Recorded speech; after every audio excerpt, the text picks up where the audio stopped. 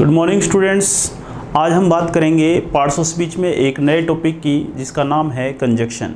Conjunction जिसको संयोजक शब्द भी कहा जाता है, और कंजक्शन का काम होता है दो सेंटेंसेस को जोड़ना, दो वर्ड्स को जोड़ना, दो पार्ट्स ऑफ स्पीच को जोड़ना। ये एक तरीके से रिलेटिव प्रोनाउन की तरह है, जैसे आपने रिलेटिव प्रोनाउन पढ़ा था। यहाँ पर कंजक्शन का काम कोई भी दो सेंटेंस हों, कोई भी दो शब्द हों, कोई भी दो पार्ट्स ऑफ स्पीच हों, उनको जोड़ने का काम करता है। तो कंजक्शन की डेफिनेशन तो ये है कि ये कनेक्टर्स होते हैं, दो शब्दों को जोड़ते हैं। लेकिन ये कितने टाइप के होते हैं कंजक्शन, और इससे रिलेटेड जो क्वेश्चन बनता है वो फिल इन द ब्लैंक्स का भी क्वेश्चन होता है और कॉमन एरर का भी क्वेश्चन होता है। तो दोनों टाइप के क्वेश्चन भी हम देखेंगे कंजक्शन को समझने पर। और कंजक्शन कितने टाइप होते हैं, बहुत ही इजी आसान टॉपिक है। आइए बात करते हैं इसकी। हम बात कर रहे हैं आज हमारे एक नए टॉपिक जिसका नाम है कंजक्शन, जिसको हम संयोजक शब्द भी कहते हैं। संयोजक शब्द, संयोजक शब्द का अर्थ होता है जोड़ने वाले वर्ड, जोड़ने वाले शब्द, जोड़ने वाले। अब ये दो सेंटेंसेस को भी जोड़ते हैं, दो वर्ड्स को भी जोड़ते हैं, दो पार्ट्स ऑफ स्पीच को भी जोड़ते हैं। फॉर एग्जांपल अपने देखते हैं, अपने स्टूडेंट्स एक एग्जांपल देते हैं कि Ram and Shyam, Ram and Shyam are good boys, good boys. Ram and Shyam are good boys, Ram और श्याम अच्छे लड़के हैं। तो यहाँ पर राम एक नाउन है, कोई भी पर्सन नाउन होता है, श्याम भी यहाँ पर नाउन है। और इन दोनों शब्दों को, इन दोनों पार्ट्स ऑफ स्पीच को जो ये वर्ड जोड़ रहा है एंड, स्टूडेंट्स यही कंजक्शन है। ये जोड़ने का काम कर रहा है, इसलिए ये कंजक्शन कहलाएगा। इसी तरह दूसरा एग्जाम्पल है कि ही इज़ ऑनेस्ट, वह ईमानदार है, बट ही इज़ लेज़ी, लेकिन वो आलसी है। अब यहाँ पर ही इज़ ऑनेस्ट एक सेंटेंस है, ये पूरा का पूरा ये एक सेंटेंस है, ये एक वाक्य है।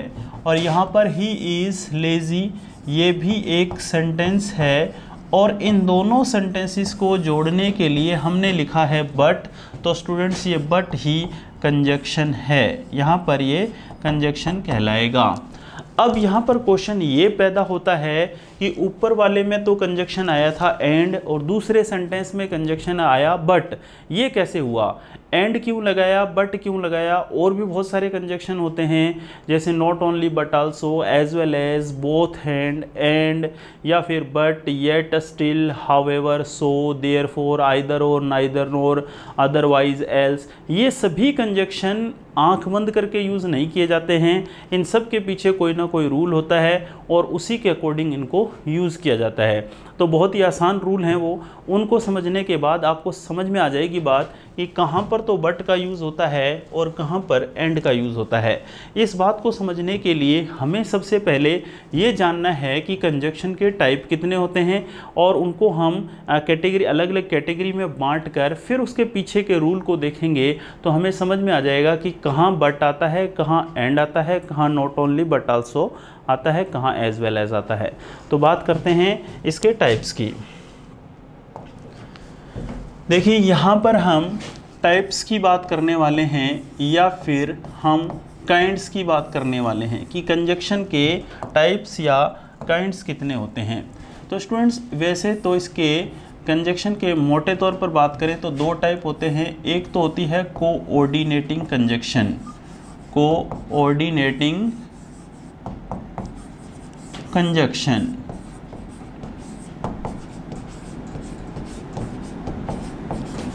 कोऑर्डिनेटिंग कंजक्शंस, और दूसरी होती है सबऑर्डिनेटिंग,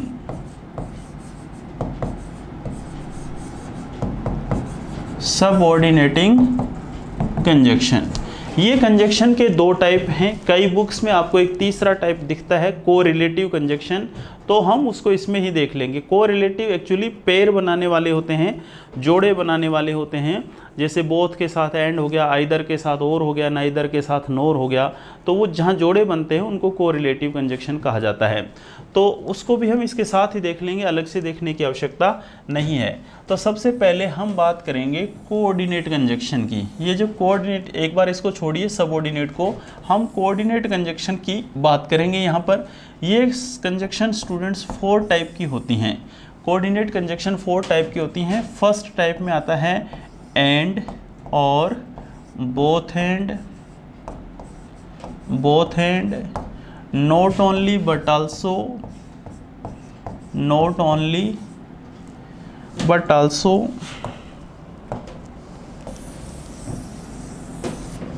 यहां से स्टार्ट करेंगे इसको।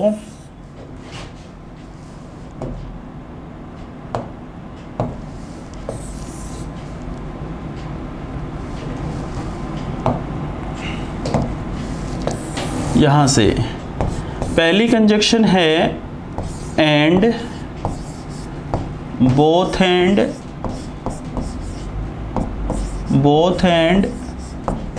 Not only but also, not only but also, और एज वेल एज, ये कंजक्शन है। एक कैटेगरी में तो इनको रखा जाता है, और चाहे एंड हो, चाहे बोथ एंड हो, चाहे नॉट ओनली बट आल्सो हो, चाहे एज वेल एज हो, इनका काम क्या होता है? इनका काम होता है टू स्टेटमेंट्स को जोड़ना, अर्थात दो कथनों को जोड़ना, दो कथनों को जोड़ना। इनका काम ये है कि ये दो स्टेटमेंट को जोड़ती हैं। और दूसरे टाइप की कंजक्शन की बात करें, हम सिर्फ कोऑर्डिनेट कंजक्शन की ही बात कर रहे हैं। ये 4 टाइप की होती हैं। कोऑर्डिनेट कंजक्शन 4 टाइप की होती हैं। फर्स्ट टाइप में and, both and, not only but also और एज वेल एज, ठीक है। और ये जो कंजक्शन है and, both and, not only but also, as well as, ये दो स्टेटमेंट को जोड़ती हैं, दो कथन जो होते हैं उनको जोड़ती है। जैसे कि अपने दो सिंपल से वाक्य की बात करें जो एक दूसरे से जिनका कोई लेना देना नहीं होता है, उनको दो स्टेटमेंट कहा जाता है। जैसे मैं बोल दूँ Ram is a good boy, Shyam is a good boy, ये दो अलग अलग स्टेटमेंट हैं। इन स्टेटमेंट को जोड़ने के लिए हम इनमें से किसी भी कंजक्शन का प्रयोग कर सकते हैं। मान लो मैं एग्जांपल ही बता देता हूँ यहाँ पर, पहले आपको यहाँ पर मैं आपको पहले एग्जांपल बताता हूँ इसी का। चारों को एक एक एग्जांपल से समझा दूंगा। जैसे हमारे पास सेंटेंस है 2 कि Ram is a good boy, Ram is a good boy. और दूसरा सेंटेंस है हमारे पास कि Shyam is a good boy. ये दो सेंटेंस है। अब एक सेंटेंस है Ram is a good boy, दूसरा सेंटेंस है Shyam is a good boy. ये सिंपली क्या है स्टूडेंट्स? दो कथन हैं, दो स्टेटमेंट हैं, जिनको स्टेटमेंट भी कह सकते हैं। अब ऐसे स्टेटमेंट जब होते हैं, इन स्टेटमेंट को अपने इनमें से किसी भी कंजक्शन के द्वारा जोड़ सकते हैं। आप चाहे एंड लगा लो, आप जब एंड लगाओगे तो क्या बन जाएगा? Ram and Shyam, Ram and Shyam are good boys, Ram और श्याम अच्छे लड़के हैं। तो यहाँ पर एंड आ गया। और आप बोथ एंड से भी बना सकते हो इसको, आप ऐसे भी बोल सकते हो both Ram and Shyam, both Ram and Shyam are good boys, दोनों बोथ हैंड का प्रयोग। अब मैंने यहाँ पर बोथ हैंड का यूज़ किया है। Both Ram and Shyam are good boys, दोनों राम और श्याम अच्छे लड़के हैं। और आप नॉट ओनली बट आल्सो का भी यूज़ कर सकते हो। For example not only Ram but also Shyam is a good boy. और आप एज वेल एज का भी यूज़ कर सकते हो। Ram as well Shyam is a good boy, Ram की तरह श्याम भी अच्छा लड़का है।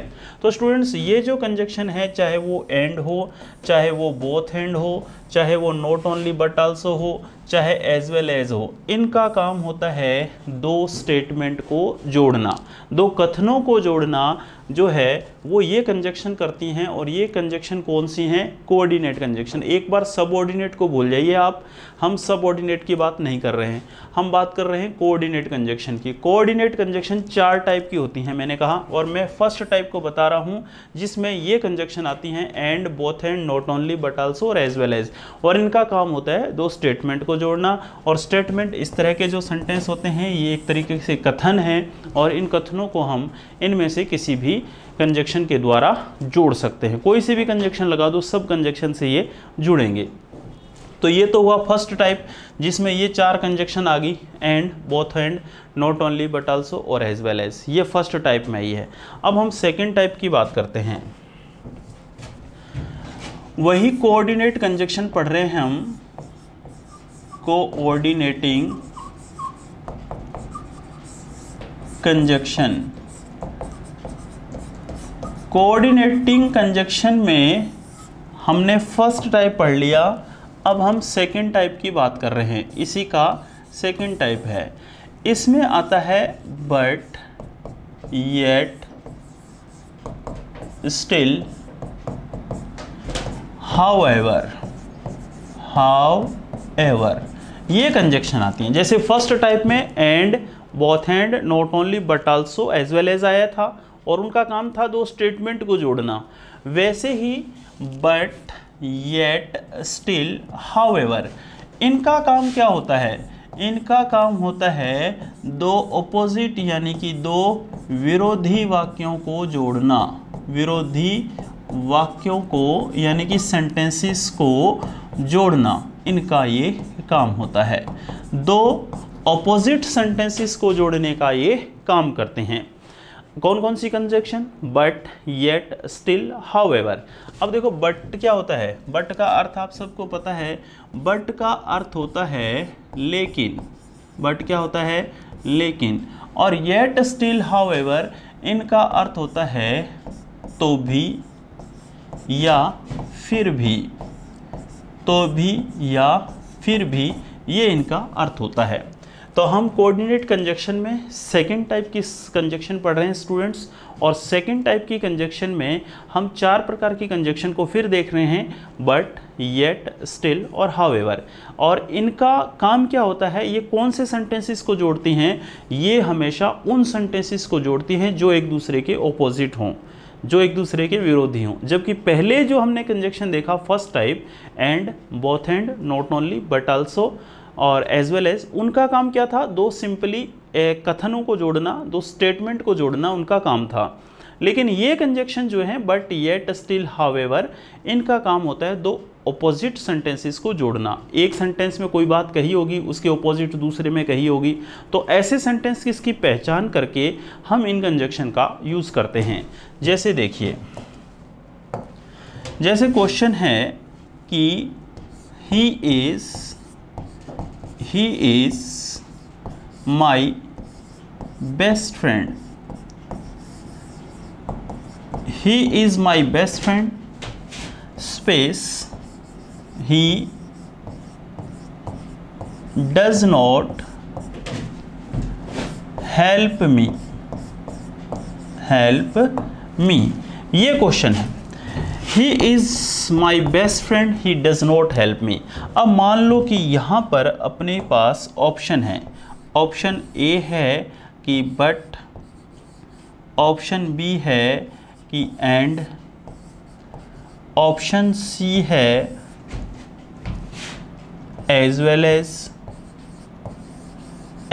एज, और ऑप्शन डी है नन ऑफ दीज। इस तरह से।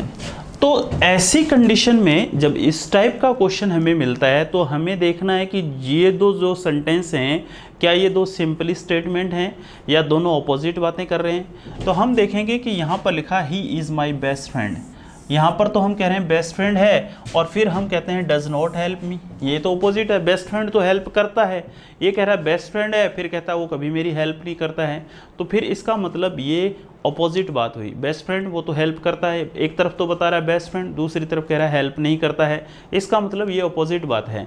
और अपोजिट बातों को जोड़ने के लिए या तो बट का यूज़ हो सकता है, येट का यूज़ हो सकता है, स्टिल का यूज़ हो सकता है, हाउएवर का यूज़ हो सकता है। तो यहाँ पर हमारा आंसर क्या बनेगा, but he is my best friend but he does not help me. यहाँ पर हाउएवर भी हो सकता है, स्टिल, येट भी हो सकता है, तो यहाँ पर हमारा आंसर क्या बनेगा, बट। ये फिल इन द ब्लैंक्स का क्वेश्चन हुआ। ऐसे ही एरर के क्वेश्चन भी पूछे जाते हैं, वहाँ पर ये जहाँ पर बट लगा है यहाँ पर किसी और कंजक्शन को लगाकर वो एरर का क्वेश्चन भी पूछा जाता है। एक क्वेश्चन और देख लेते हैं। जैसे क्वेश्चन दूसरा है कि he is my teacher, he is my teacher, so he does not teach me, और नो एरर। इस तरह से ये एक एरर का क्वेश्चन है। ए पार्ट ये हो गया इसका, बी पार्ट ये हो गया इसका, सी पार्ट और ये हो गया डी पार्ट। क्वेश्चन क्या है, he is my teacher so he does not teach me. ये कह रहा है कि वो मेरा टीचर है और सो का अर्थ होता है इसलिए, सो का अर्थ क्या होता है, इसलिए। अब यहाँ पर ये कह रहा है ही इज़ माई टीचर, एक सेंटेंस में तो बोल रहा है टीचर है, दूसरे सेंटेंस में कह रहा है does not teach me. Teacher है, डज नॉट टीच मी, ये तो अपोजिट बात हो गई। टीचर भी बता रहा है और फिर कहता है कि he does not teach me, इसका मतलब ये अपोजिट बात है। अपोजिट बातों को जोड़ने के लिए सो कंजक्शन का यूज़ नहीं किया जाता है। यहाँ पर सो जो है वो गलत है, क्योंकि यहाँ देख लीजिए बट हो, येट हो, स्टिल हो, हाउएवर हो, यही तो जोड़ते हैं दो विरोधी वाक्यों को। यहाँ पर दो अपोजिट सेंटेंसेस को ये जोड़ते हैं, सो नहीं जोड़ता है, इसलिए यहाँ पर सो जो है वो गलत कंजक्शन है। यहाँ पर बट, येट, स्टिल, हाउएवर में से हम कुछ भी लगा देते हैं, यहाँ पर हम लगा देते हैं हाउएवर, तो ये सेंटेंस सही बन जाएगा। He is my teacher however he does not teach me. तो वो मेरा टीचर है तो भी वो मुझे नहीं पढ़ाता है, क्योंकि हाउएवर का अर्थ क्या होता है, तो भी, फिर भी। तो he is my teacher however he does not teach me, ये हो सकता है, बट हो सकता है, बट सो नहीं हो सकता। इसलिए इस सेंटेंस के बी पार्ट में एरर है, तो हमारा आंसर यहाँ पर क्या होगा, बी। तो स्टूडेंट्स इस टाइप के कंजक्शन से क्वेश्चन आते हैं, बहुत आसान होता है कंजक्शन, बहुत ही आसान। पार्ट्स ऑफ स्पीच में सबसे आसान टॉपिक कंजक्शन ही होता है। तो हम पढ़ रहे हैं कोऑर्डिनेट कंजक्शन। कोऑर्डिनेट कंजक्शन में मैंने आपको बताया है कि ये कंजक्शन पहले तो एक हमने पहला टाइप पढ़ा, टोटल 4 टाइप होंगे। फर्स्ट टाइप पढ़ा कि and, both and, not only but also, जिनका काम क्या था, सिंपली सेंटेंसेस को जोड़ना, सिंपली स्टेटमेंट को जोड़ना, कथनों को जोड़ना। दूसरे टाइप की कंजक्शन में मैंने आपको बताया कि बट, येट, स्टिल, हाउएवर, ये कंजक्शन होती हैं। इनका काम होता है दो विरोधी वाक्यों को जोड़ना, दो ऑपोजिट सेंटेंसेस को जोड़ना इनका काम होता है, जैसे कि यहाँ पर है। अब हम एक तीसरे टाइप की कंजक्शन की बात करेंगे। कोऑर्डिनेट में तीसरा टाइप क्या है, देखते हैं। तो स्टूडेंट्स हमारी कंजक्शन तो वही है, कोऑर्डिनेटिंग।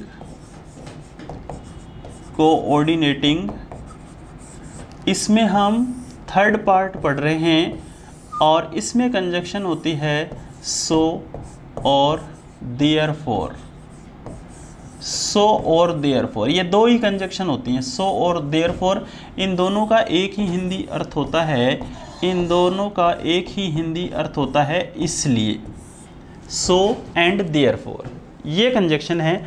और ये कंजक्शन कब यूज़ की जाती हैं, ये रीज़न और रिज़ल्ट को बताती हैं। Reason end result, reason end result का मतलब कारण और परिणाम, कारण और परिणाम को बताने के लिए इसका यूज़ किया जाता है। एक सेंटेंस में रीज़न होगा, दूसरे में रिज़ल्ट होगा। कारण होगा, परिणाम होगा। जब किसी भी सेंटेंसेस में दो कोई ऐसे सेंटेंस जिसमें रीज़न और रिजल्ट हो, कारण और परिणाम हो, तो ऐसे सेंटेंसेस में अपने सो और देयरफॉर का प्रयोग करेंगे। कैसे? जैसे एक एग्जांपल देखिए, क्वेश्चन है कि he was late, he was late, वो लेट था, और स्पेस टीचर स्कोल्डेड हिम, वो लेट था, टीचर ने उसे डांटा। अब अपने पास ऑप्शन है, पहला बट, दूसरा ऑप्शन है एंड, तीसरा ऑप्शन है सो, और चौथा ऑप्शन है येट। तो हमें देखना पड़ेगा यहाँ पर he was late, he was late, ये तो क्या है? कारण है, लेट होना कारण है। और रिजल्ट क्या हुआ? Teacher scolded him. स्कोल्ड का अर्थ होता है स्टूडेंट्स डांटना, ठीक है, और यहाँ पर डांटना उसका क्या है? परिणाम है, यानी कि रिजल्ट है। तो यहाँ पर रीज़न और रिजल्ट की बात हो रही है, कारण और परिणाम की बात हो रही है कि ही वॉज लेट, वो देरी से था और टीचर ने उसे डांटा। वो देरी से था इसलिए टीचर ने उसे डांटा, और इसलिए क्या होता है? इसलिए होता है सो या देयरफॉर। सो या देयरफॉर का यूज़ इसलिए के अर्थ में होता है। तो हमें पता है कि बट तो नहीं आ सकता, क्योंकि ये तो कब आता है? विरोधी सेंटेंसेस को जोड़ने के लिए। विरोधी तो है नहीं, सिंपली दो सेंटेंस होते हैं तो एंड का यूज़ होता है। तो ये सिंपली सेंटेंस नहीं है, ये तो रीज़न और रिजल्ट को बता रहे हैं। और ऐसा ही काम येट भी करता है बट की तरह, ये भी ऑपोजिट सेंटेंसेस को जोड़ता है। तो हमारा सही आंसर क्या बनता है? हमारा सही आंसर बनता है सो। तो और क्योंकि सो जो होता है वो रीज़न और रिजल्ट को बताता है, कारण और परिणाम को बताता है। तो सेंटेंस में अर्थ क्या हुआ? He was late so teacher scolded him, वो देरी से था इसलिए टीचर ने उसे डांटा। इस तरह से ये सेंटेंस इस तरह होगा। एक क्वेश्चन और देखते हैं। क्वेश्चन है he was weak in English. He was weak in English, space, I teach him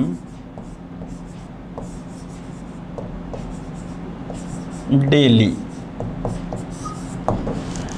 He was weak in English, I teach him daily। और यहाँ पर भी हमारे पास ऑप्शन है, option number first but, option number second and, option number third therefore,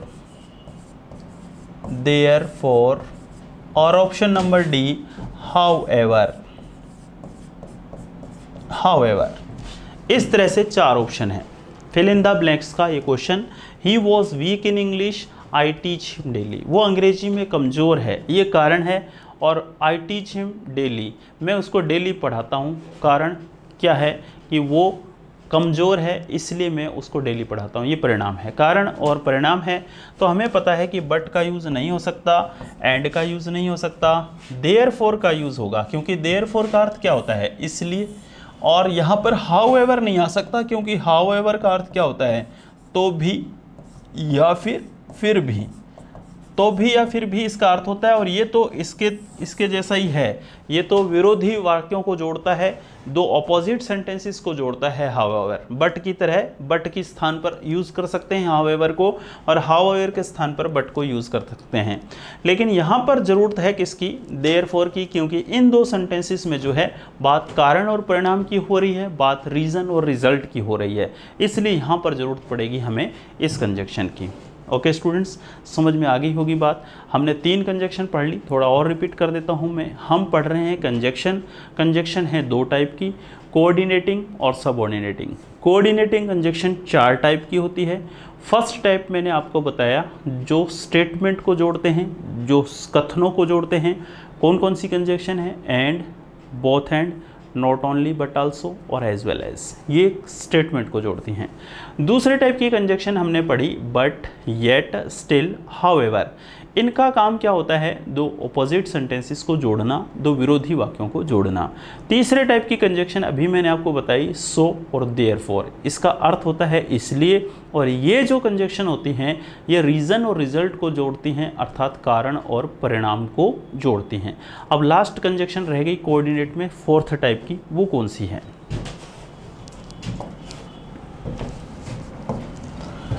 वही conjunction है हमारी coordinating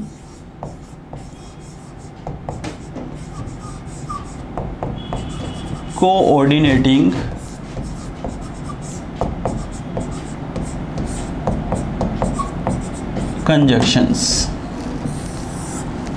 coordinate conjunction में हम फोर्थ टाइप की कंजक्शन को पढ़ रहे हैं, जिसमें आता है आइदर और,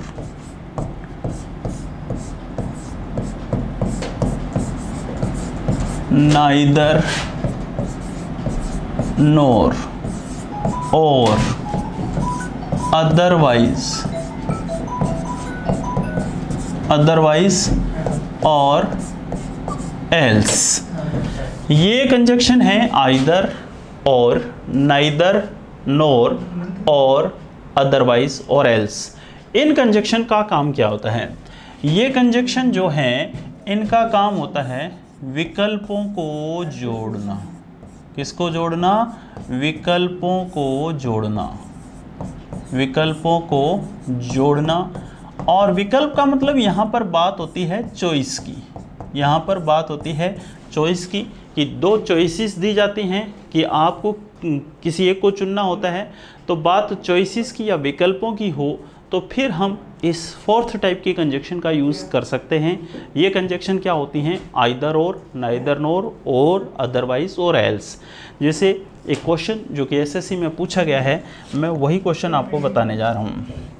ये क्वेश्चन एसएससी परीक्षा में सीजीएल में पूछा गया है कि stop teasing girls, stop teasing girls, stop teasing girls. इधर सामने ये आ गया, रुको इसको वो इधर लिखते हैं, थोड़ा सा नीचे यहाँ लिखते हैं। क्वेश्चन है stop teasing girls, stop teasing girls, otherwise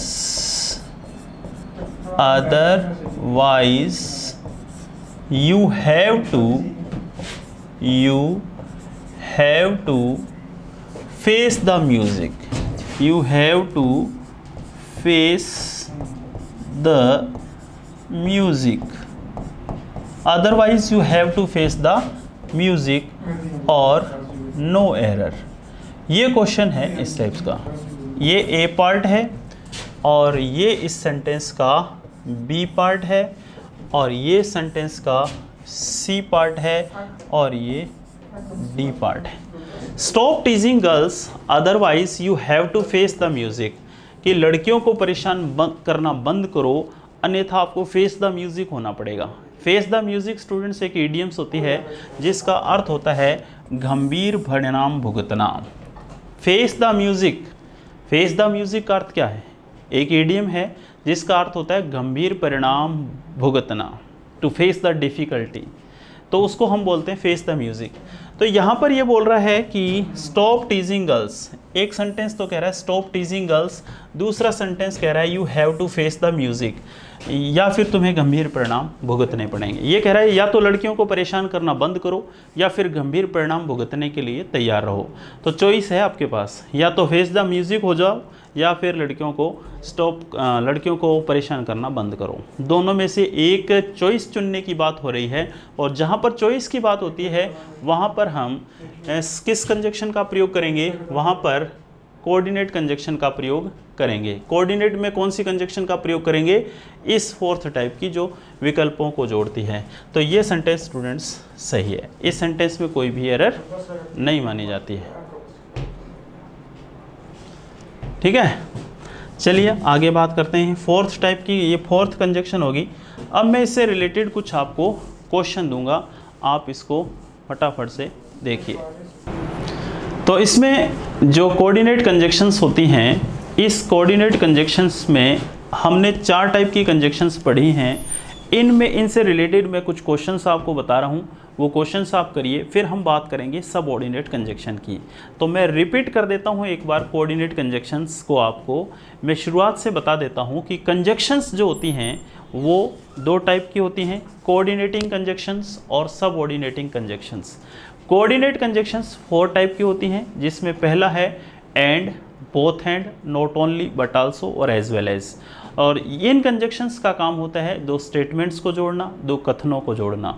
और दूसरे टाइप की जो कंजक्शन होती हैं उसमें बट, येट, स्टिल, हाउएवर होता है। और इसमें से बट का अर्थ होता है लेकिन, और येट, स्टिल, हाउएवर का अर्थ होता है तो भी, फिर भी। इन कंजक्शंस का काम होता है 2 ऑपोजिट सेंटेंसेस को जोड़ना, 2 ऑपोजिट बातें कही गई हों जिन सेंटेंसेस में, उनको जोड़ना। और जो तीसरे टाइप की कंजक्शन है, इसमें 2 टाइप ही हैं, सो और देयरफॉर, जिसका हिंदी अर्थ होता है इसलिए। और यहाँ पर जो है रीज़न और रिजल्ट को जोड़ा जाता है, कारण और परिणाम को जोड़ा जाता है। और जो फोर्थ टाइप की कंजक्शंस होती हैं वो होती हैं आइदर और, नाइदर नोर, और, अदरवाइज और एल्स। यहाँ पर 2 चॉइसेस की बात होती है, 2 विकल्पों की बात होती है, विकल्पों में से जुड़ने की बात की जाती है। तो यहाँ पर इन कोऑर्डिनेट कंजक्शंस के क्वेश्चन की प्रैक्टिस भी करेंगे हम।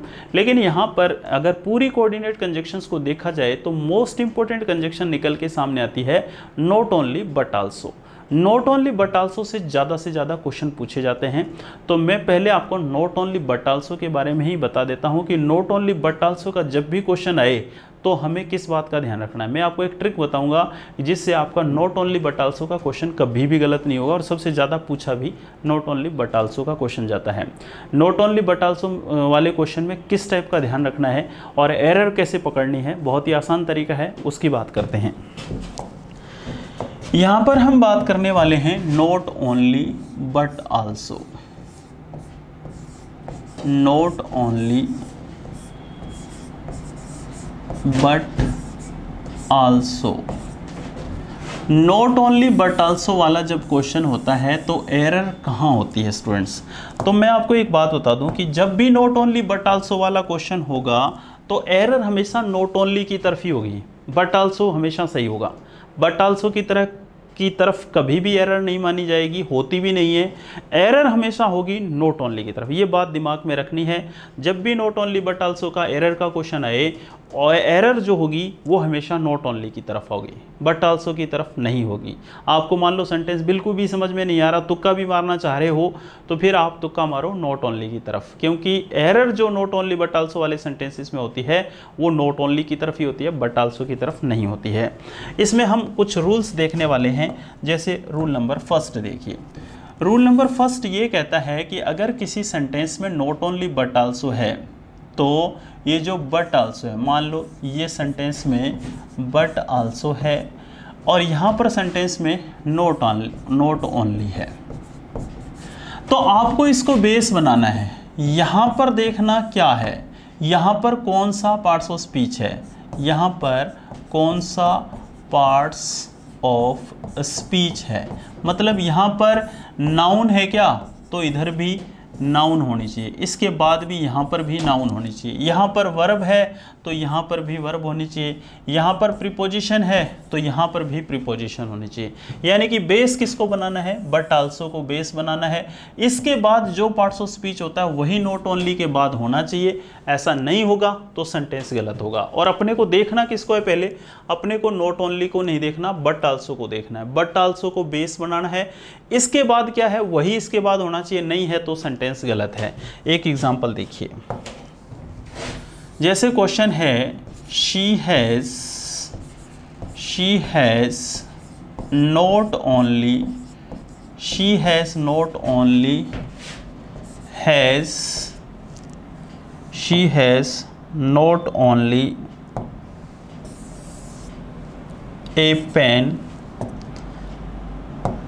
a pen, she has not only a pen but also but also has a book and no error। इस टाइप का ये क्वेश्चन है। ये है ए पार्ट और ये है इसका बी पार्ट और ये है इसका सी पार्ट और ये है डी पार्ट। क्वेश्चन है she has not only A pen but also has a book. अब इस सेंटेंस में हमें बेस किसको बनाना है? बट आल्सो को बनाना है। तो बट आल्सो के बाद क्या है? बट आल्सो के बाद हैज़ एक वर्ब है, तो नॉट ओनली के बाद भी वर्ब होनी चाहिए। हम चेक करते हैं नॉट ओनली के बाद। नॉट ओनली के बाद यहाँ पर तो ए तो क्या होता है? आर्टिकल होता है। यहाँ पर ये आर्टिकल है, तो इसका मतलब बट आल्सो के बाद वर्ब पड़ी है तो नॉट ओनली के बाद भी वर्ब होनी चाहिए ना, लेकिन नहीं है, तो नॉट ओनली की तरफ ही एरर है। बट आल्सो की तरफ कोई एरर नहीं होती, बट आल्सो हमेशा सही होता है। एरर किस तरफ होती है? नॉट ओनली की तरफ, इसलिए यहाँ पर एरर है। लेकिन ये नॉट ओनली होना कहाँ चाहिए था? ये नॉट ओनली अगर यहाँ होता तो फिर इसके बाद क्या आ जाता? वर्ब हैज़, जो कि बट आल्सो के बाद भी है। केमिस्ट्री में जैसे आप कोई भी इक्वेशन बैलेंस करते हो, समीकरण संतुलित करते हो, वैसे ही करना होता है यहाँ पर एरर वाले क्वेश्चन में, कि बट आल्सो के बाद वर्ब है तो नॉट ओनली के बाद भी वर्ब होनी चाहिए। यहाँ पर नहीं है। नॉट ओनली को कहाँ रखा जाए? यहाँ रखा जाए। She not only has a pen but also has a book. इस टाइप का ये सेंटेंस सही होगा। अगर इसको करेक्ट सेंटेंस बनाना है तो हम ऐसे लिख सकते हैं, शी नॉट ओनली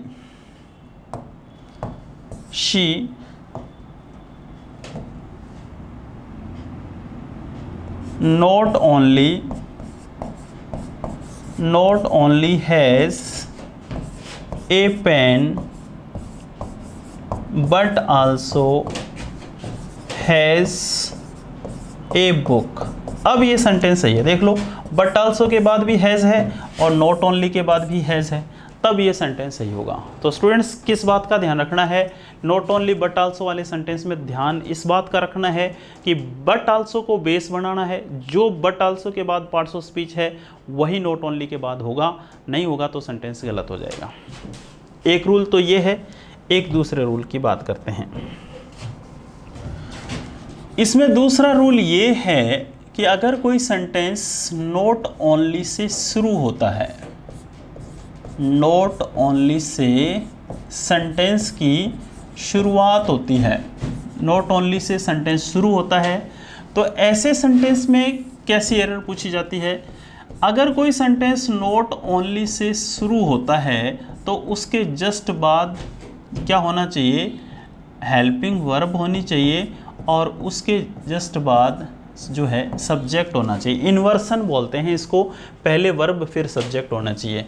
अगर ऐसा सेंटेंस में है तो यहाँ पर बट आल्सो जो है, यहाँ पर क्या है? बट आल्सो के बाद यह देखने की आवश्यकता नहीं है, यह देखने की आवश्यकता नहीं है।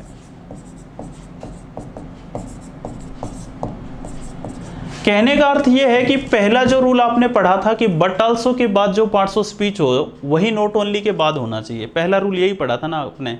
लेकिन यहाँ पर यह कहता है कि बट आल्सो के बाद अगर कोई सेंटेंस नॉट ओनली से शुरू होता है और उसके बाद हेल्पिंग वर्ब है फिर सब्जेक्ट है, अगर कोई सेंटेंस नॉट ओनली से शुरू हो रहा है, हेल्पिंग वर्ब है, सब्जेक्ट है, ये तीन चीज़ें अगर हैं तो फिर बट आल्सो के बाद क्या है ये चेक करने की जरूरत नहीं है। ये सेंटेंस हमेशा करेक्ट होता है, ये सेंटेंस हमेशा सही होगा। कौन सा सेंटेंस? अगर उसकी शुरुआत नॉट ओनली से हो, उसके बाद हेल्पिंग वर्ब हो, फिर सब्जेक्ट हो, तो ऐसा सेंटेंस हमेशा करेक्ट होता है। इस सेंटेंस में कोई भी एरर नहीं होती है। सिर्फ तीन चीज़ें चेक की जाएंगी, नॉट ओनली, हेल्पिंग वर्ब और सब्जेक्ट। अगर ये चीज़ें सही हैं तो फिर ये सेंटेंस हमेशा सही होगा। जैसे एक एग्जाम्पल देखिए, जैसे सेंटेंस है नॉट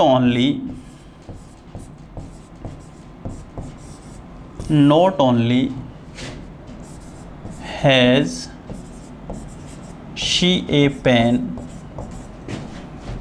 बट आल्सो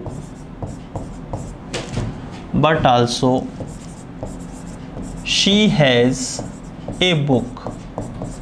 मान लो ये क्वेश्चन है। अब देखो, अगर हम पहले वाले रूल पे जाएं तो हम देखें कि बट आल्सो के बाद शी है, नॉट ओनली के बाद भी शी होना चाहिए उस हिसाब से कुछ स्टूडेंट्स इस सेंटेंस को गलत बताने लगेंगे।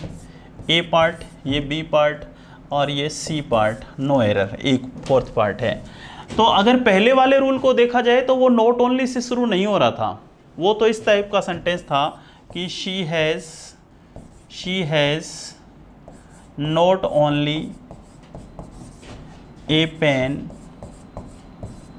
But also has a book. पहले वाला सेंटेंस इस तरह से था। जब हमने बट आल्सो के बाद देखा वर्ब है तो नॉट ओनली के बाद आर्टिकल था, इसलिए गलत हो रहा था। और ये सेंटेंस नॉट ओनली से शुरू नहीं हो रहा है, सब्जेक्ट से शुरू हो रहा है। इसका रूल अलग है। इस वाले सेंटेंस में तो अपने को यही चेक करना है कि बट आल्सो के बाद क्या है, वही नॉट ओनली के बाद होना चाहिए। बट ये रूल दूसरा है। यहाँ पर सेंटेंस शुरू किससे हो रहा है, नॉट ओनली से।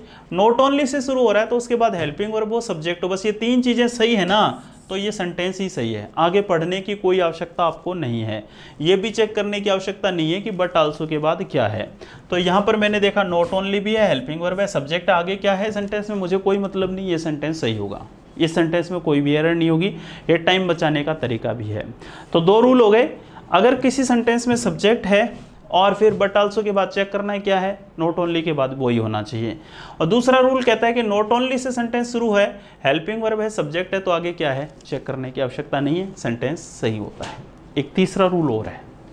तीसरा रूल क्या है, जहां पर नॉट ओनली बट आल्सो दो सब्जेक्ट को जोड़ते हो, दो सब्जेक्ट। देखो स्टूडेंट्स, यहाँ पर एक ही सब्जेक्ट था और ये तो नॉट ओनली से शुरू हो रहा था। अगर नॉट ओनली बट आल्सो दो सब्जेक्ट से इसको जोड़ते हैं तो फिर वर्ब किसके अकॉर्डिंग होगी वो देखा जाएगा। यहां पर देखते हैं एक तीसरा रूल। जैसे क्वेश्चन है, not only Ram but also his friends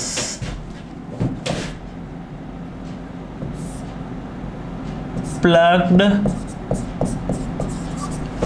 these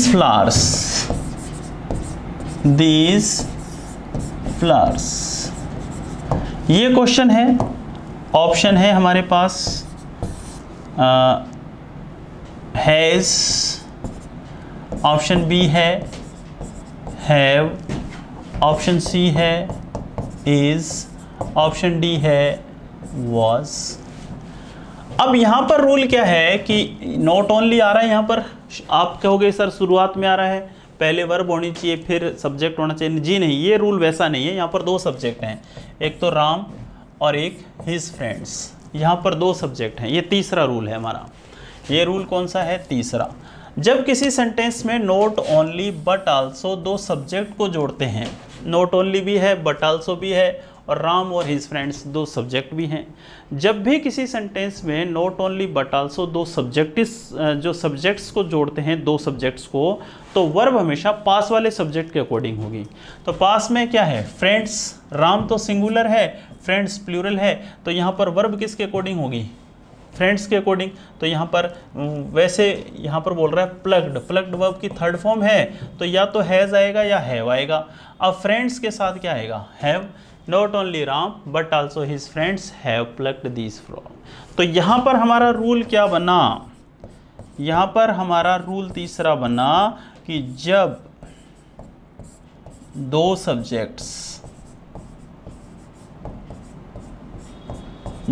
subject आपस में not only but also say जुड़े हों, बट आल्सो से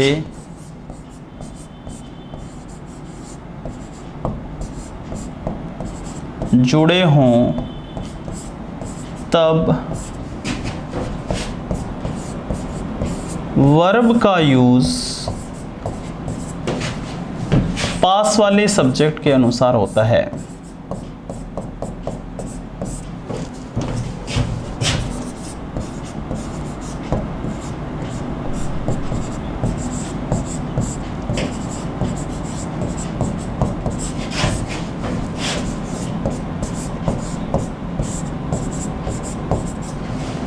इसलिए तीसरा रूल है और इसके अकॉर्डिंग ये सेंटेंस है। तो यहाँ पर हमारी स्टूडेंट्स कोऑर्डिनेट कंजक्शन कंप्लीट होती है। अगली क्लास में हम बात करेंगे सबऑर्डिनेट कंजक्शंस की। आप इन रूल्स को ध्यान से पढ़िए और समझिए और लिखिए। नमस्कार।